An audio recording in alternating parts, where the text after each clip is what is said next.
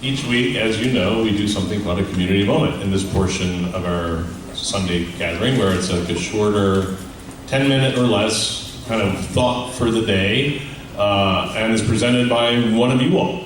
So it can be a life experience you had, it could be an idea you're passionate about, maybe kind of a book you want to share with me. I mean, we've had all kinds of incredible, very, very creative community moments. If you would like to do one, please get with me, because I would love to get you on the schedule. Today, we have a man, as you know, who holds the world record, and I can say that, across all Oasis communities in the world currently existing, for doing more community moments than any human being who's ever done a community moment. Please welcome the Lou Gehrig, the Cal Ripken of community moments, Lou Kana. I discovered an app about 2 months ago that I have had more fun with than you can imagine, and taking up a lot of my time. So,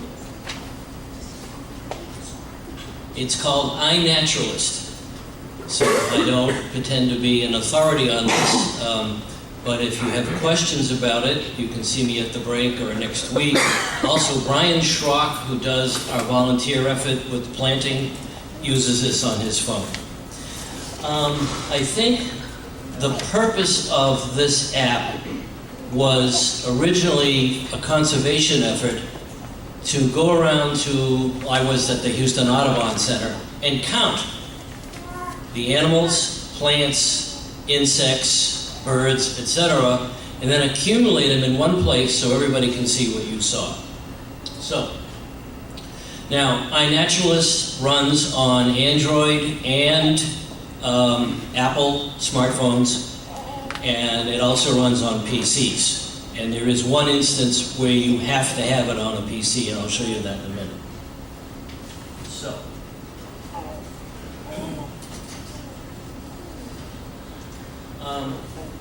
I have the app launched, so I'll get to that in a minute. The two main components of iNaturalist, at least to me, are projects and guides. And what projects are is really a series of observations. So I mentioned a minute ago that I went to the Houston Arboretum, and with one of the docents as a guide, we went on a tour to see, in my case, insects that are at the Houston Arboretum. So the Houston Arboretum made a project, and every time I took a photo, it automatically loaded into that project. So a project is really a series of observations that you take at one place at one time. What you need to know about projects is that you cannot create a project from scratch on a smartphone, but you can on a PC. So if you log into the iNaturalist.org and create a project, you'll see it not only on your PC, but you'll see it on your smartphone.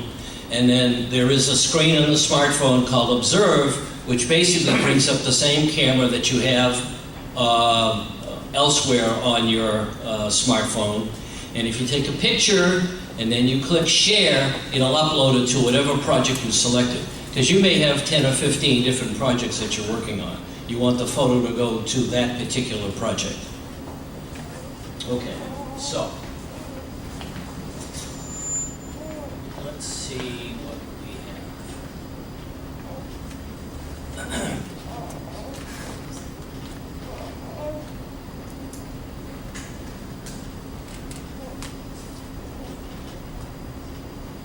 Lost my icon.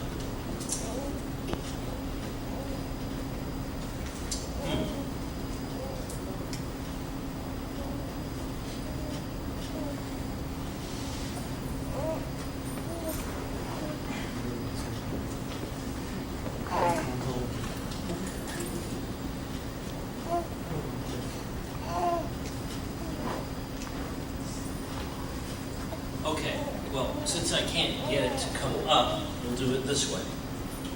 Oh, guides are like the flip side of projects. Guides are a guide to a particular type of creature, let's say mushrooms, or in honor of Verena, I have one up here called Birds of Germany.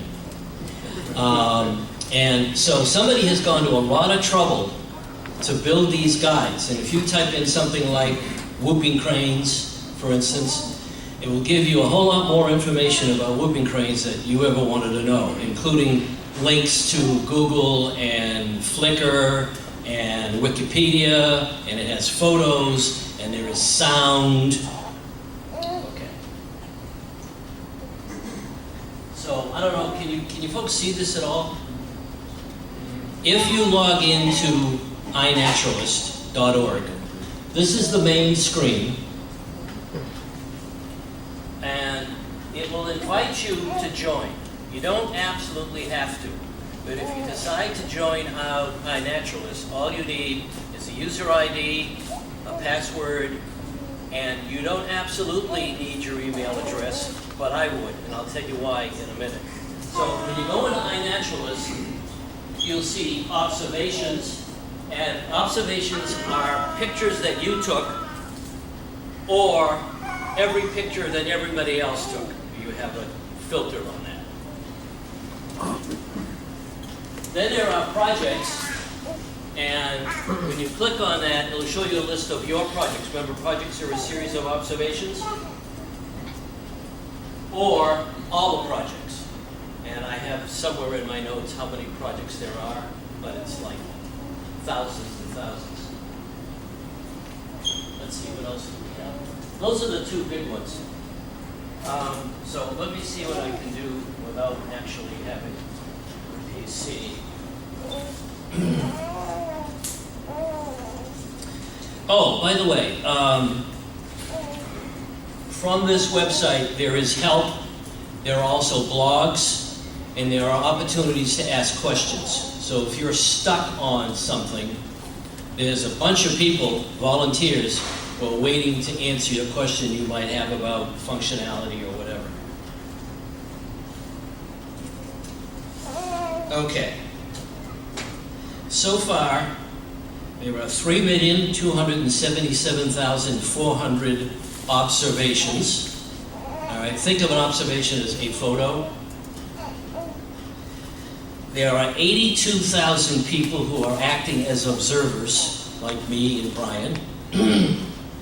And there are 15,000 people who are identifiers who are actually help for the observers. And I'll show you how that actually works in a minute. Okay.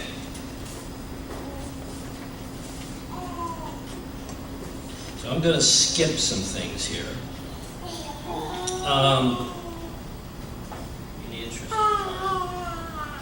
If you go to Guides, which is a menu option from the application, you can do a search. So if I typed in, for instance, birds of Germany, I'm going to see everything that everybody has accumulated, photos, Wikipedia articles, whatever, about birds of Germany, or almost any plant. I was out in LA last week, and I was at the J.P. Getty Museum, and they have a wonderful garden there, and there's a lot of, in the garden is roses, but I don't know one rose from the next. I do now, and I'll show you how that works.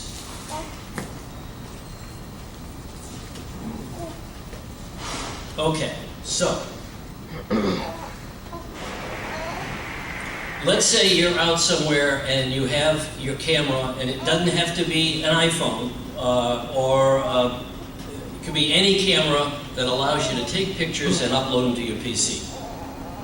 So, first thing you want to do is you make an account in iNaturalist, and I mentioned a minute ago, all you need is a user ID, password, and email address. Then you create a project, because the project is your series of observations that you want to upload. Then, on your iPhone, whatever, there's a button called Observe. Observe brings up the camera. So if you click on Observe, then what you want to put in is what you saw, and it could be something as, roses, because I don't expect, and I don't know exactly what I'm seeing. I don't know what kind of salamander it is, or what kind of rose it is, but put in just like a simple label. Then you put in where you saw it, and you don't really have to do that because there's a GPS built into the app. It knows where you are. So it will figure it out using the longitude and latitude of where you are. You want to put in when you saw it, and there's a timestamp in there that your phone keeps, so you don't really have to type that in. And then you want to include evidence, which is usually going to be a photo. And I haven't tried this yet, but this will hold sounds. So if you go up and look in the guide for whooping cranes, not only will you see pictures and information, you'll hear the sound that a whooping crane makes.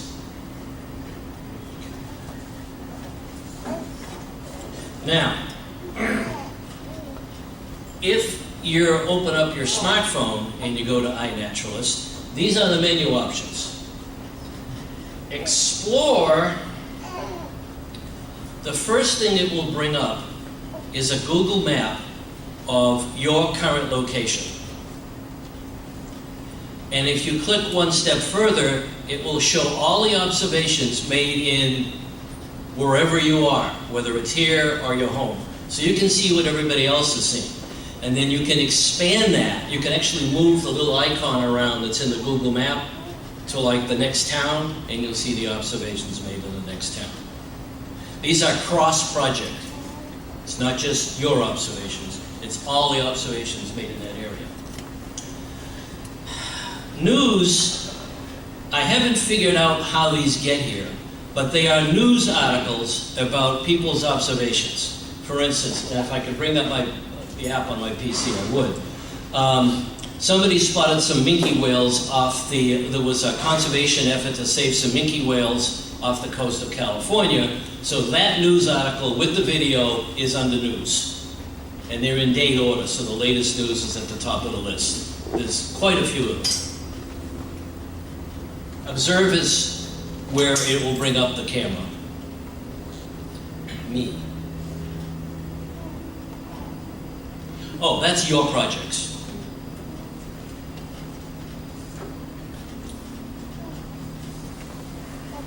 And then the last item, more, brings up that menu I showed you before that has both projects and guides. So if you bring up a list of projects and you highlight one, and then you go back to observe and you take a photo and then click on share, which is basically what you do after you think it's a good photo, share will upload that photo to the project that you highlighted. So there's not, the navigation of this gets pretty easy after a while. So, what else can I show you?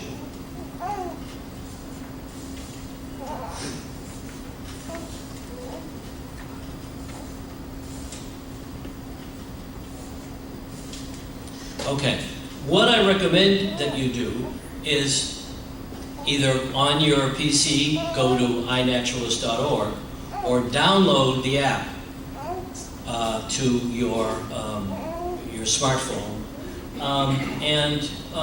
What you'll find, by the way, on the PC level are YouTube videos about how to use this.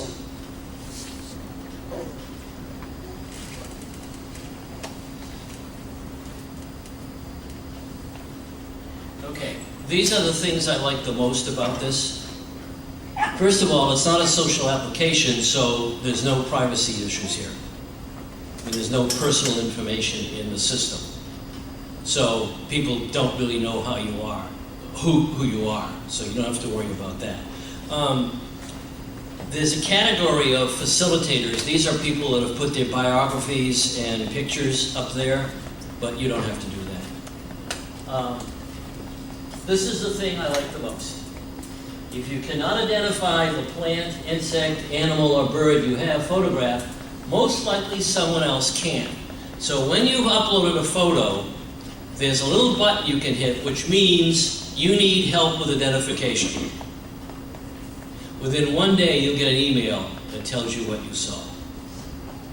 So even if you're a rank amateur naturalist, go crazy, take lots of photos. Somebody will tell you what you saw. It's free.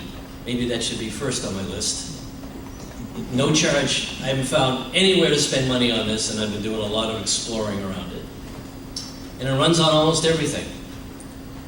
I have it on my PC, my laptop, and my iPhone, and as I mentioned, it'll also run onto Android phones. So, have fun. Thank you.